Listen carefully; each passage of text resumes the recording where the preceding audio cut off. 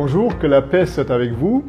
Et c'est avec un grand plaisir que je continue le sujet qu'on a commencé de la position de la Bible dans le Coran ou dans l'islam. On a vu que le Coran dit être venu pour ne pas corriger la Bible, mais pour la confirmer, c'est-à-dire pour en certifier l'authenticité.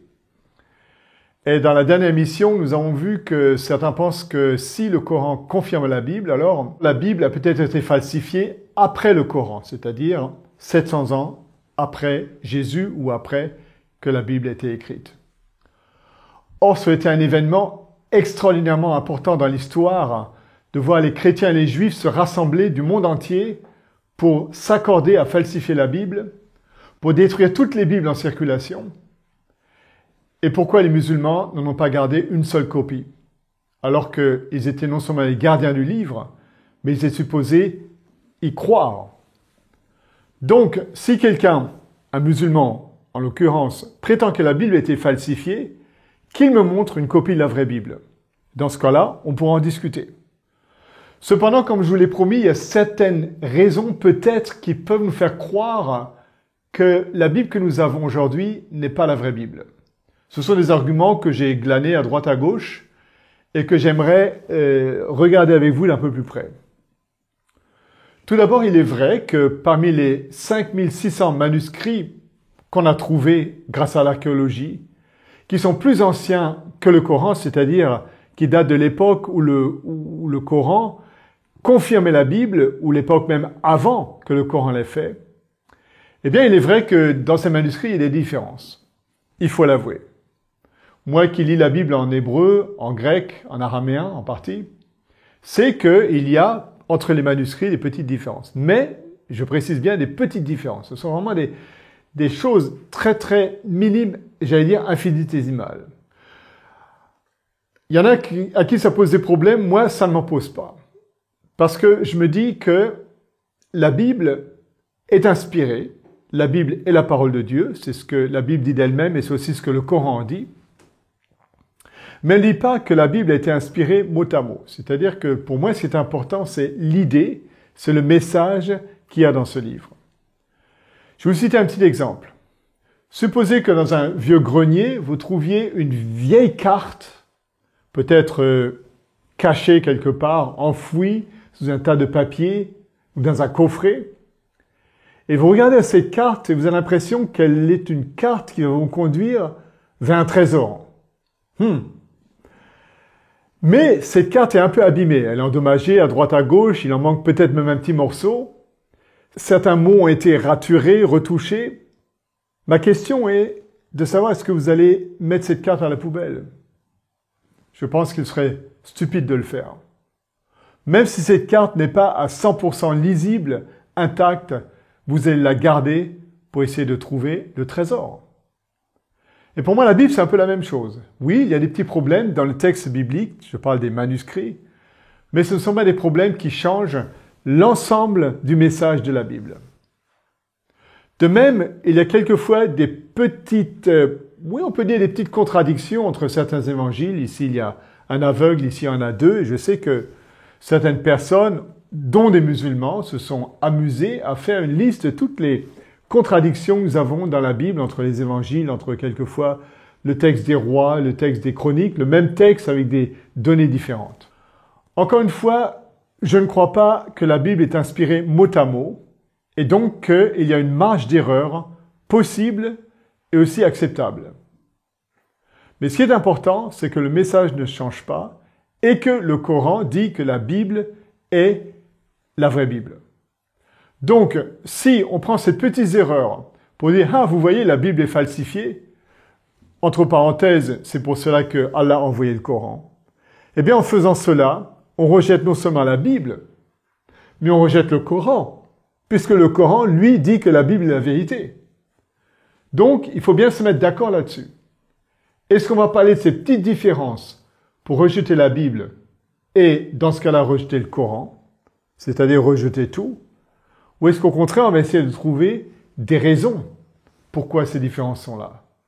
Et à mon avis, la meilleure raison, c'est que le texte n'est pas inspiré à mot, donc à une petite place à l'erreur. On ne va pas parler des différences des traductions, car il y en a effectivement. Beaucoup me disent, oui, mais il y a différentes traductions en français, en arabe. Oui, c'est vrai, évidemment, mais le Coran aussi. Tous les livres qui ont été traduits ont des traductions différentes, qui quelquefois sont mot à mot et assez compliquées à lire, ou plus libres dans la traduction, mais plus faciles à lire. Donc ça, c'est le choix, c'est le dilemme que chaque traducteur a. Et c'est pour ça qu'effectivement, nous avons des traductions différentes de la Bible. Mais, je le précise encore une fois, le message général est là.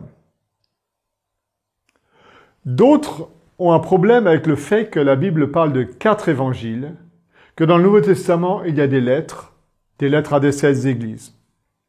Et alors, j'allais dire, parlons d'abord des 4 évangiles.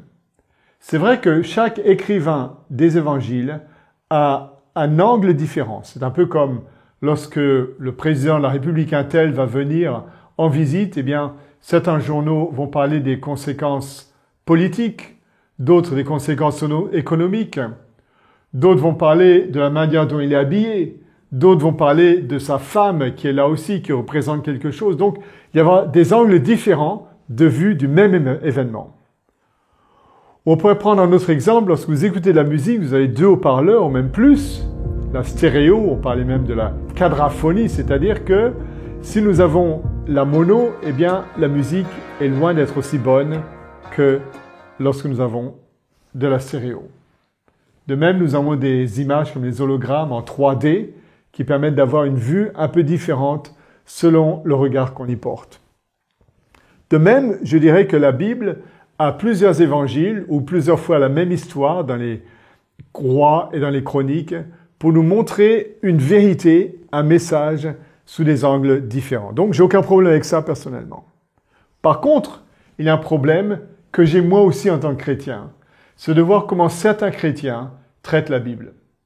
Dans l'histoire, il y a tout un mouvement de gens qui ont dit que la Bible était un recueil de mythes, donc des légendes, des histoires, des contes, si on veut, parce qu'elle nous parle par exemple de la création, alors qu'il y a 150 ans, on a commencé à parler de l'évolution. La Bible nous parle de miracles, alors que, à cause du rationalisme, on en est venu à ne croire que ce qui était scientifiquement prouvé ou prouvable. Et puis, la Bible nous parle de l'avenir, de ce qu'on appelle la prophétie. Or, personne ne connaissant l'avenir, la Bible et ses écrivains ne pouvaient pas nous parler de l'avenir. Dans ce cas-là, effectivement, si la Bible n'est plus la parole de Dieu, alors là, on peut faire beaucoup de choses avec elle. On peut même arrêter de la lire, et c'est pour ça que beaucoup de gens, même des chrétiens, ne la lisent plus. On peut arrêter de la prendre au sérieux, mais quel est le bénéfice de faire cela? Ou on accepte la parole de Dieu telle qu'elle est, ou alors on commence à la détruire, et dans ce cas-là, devenons bouddhistes ou hindous ou ce que vous voulez. Mais moi, je pense qu'il y a un choix à faire, et mon choix, c'est que la Bible est la parole de Dieu, comme elle le dit d'elle-même, et comme le Coran le dit de la Bible. Un autre problème, malheureusement, c'est de voir parfois comment certains chrétiens qui croient que la Bible est la parole de Dieu traitent ce livre en la traitant comme un livre à bon marché. Je vois certains évangélistes à la télévision qui tapent sur leur Bible, qui l'ouvrent comme ça, qui peut-être même s'agenouillent dessus lorsqu'ils prient. Et je pense qu'il y a quelque chose qui a été perdu de vue dans le christianisme en général. C'est le respect pour Dieu, pour sa parole et pour beaucoup de choses. Mais ce n'est pas parce que certaines personnes traitent la Bible d'une mauvaise manière que la Bible ne reste pas ce qu'elle est, c'est-à-dire la parole de Dieu. Un dernier argument, c'est que beaucoup refusent la Bible parce qu'ils en ont peur. Et oui, quelquefois on a peur d'un message, peut-être de découvrir quelque chose de nouveau, quelque chose qui va remettre en question notre monde. Eh bien, j'aimerais vous dire que vous n'avez pas à avoir peur de la Bible. C'est vrai que ce qu'on ne connaît pas, c'est un peu bizarre. Je me souviens, il y a plusieurs décennies, j'habitais en Thaïlande et quand on est revenu en Europe, on a invité nos amis dans des restaurants thaïlandais, chinois. Et pour eux, la nourriture asiatique, c'était les œufs pourris, c'était manger des crabes, des rats, je ne sais pas quoi. Et ils avaient peur. Aujourd'hui, en Europe, il y a des restaurants chinois dans tous les coins. Ça veut dire que lorsqu'on ne connaît pas quelque chose, on en a peur. Ça peut être au niveau culinaire, mais ça peut être aussi au niveau idéologique. Et moi, ce que je vous propose tout simplement, c'est d'essayer. Prenez la Bible, prenez un texte, lisez-le, sans a priori, sans même poser la question, est-ce que c'est la vérité ou pas. Regardez ce que ce texte a à dire et ce qu'il peut faire pour vous. Est-ce que ce message est un message qui va vous aider dans votre vie, qui va peut-être transformer votre vie? Est-ce que ça va être une transformation positive? Moi, je pense que oui, et c'est pour ça que des millions de personnes, des milliards au cours des siècles, ont pris la Bible comme leur guide, comme le Coran le dit, la Bible est un guide. Donc, essayez.